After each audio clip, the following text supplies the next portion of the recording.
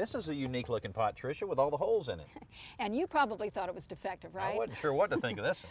Well, Danny, this is a strawberry pot, and it's constructed specifically for strawberries.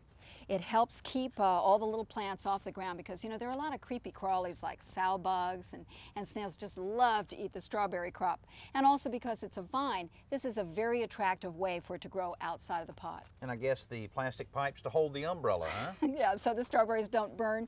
Well, actually, this PVC pipe is part of the whole system that I created to try to give these strawberries their best shot at growing. I started by putting a piece of mesh over the hole at the bottom because you always want to protect the soil from coming out.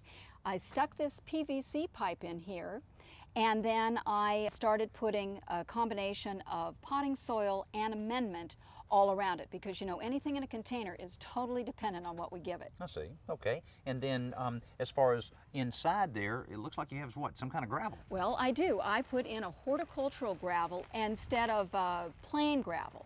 Because plain gravel, as you may know, it's just for construction. Horticultural gravel doesn't have any of the salts and some of the other stuff that we really don't want going into our soil. I see. In effect, I've created a vertical French drain. Okay. Let's see if it comes out here. Oh, I see. You're able to take it out and then the gravel just settles right. Okay. Yeah, see hey, that? That's great. So basically, watering here will allow all of the plants to get equal water instead of the ones on top getting all the water. Absolutely. That's exactly what we're trying to do. When we water this pot, the water is going to go through and percolate through the French drain equally into all of the plants. I can't wait for those nice strawberries. Oh, me too.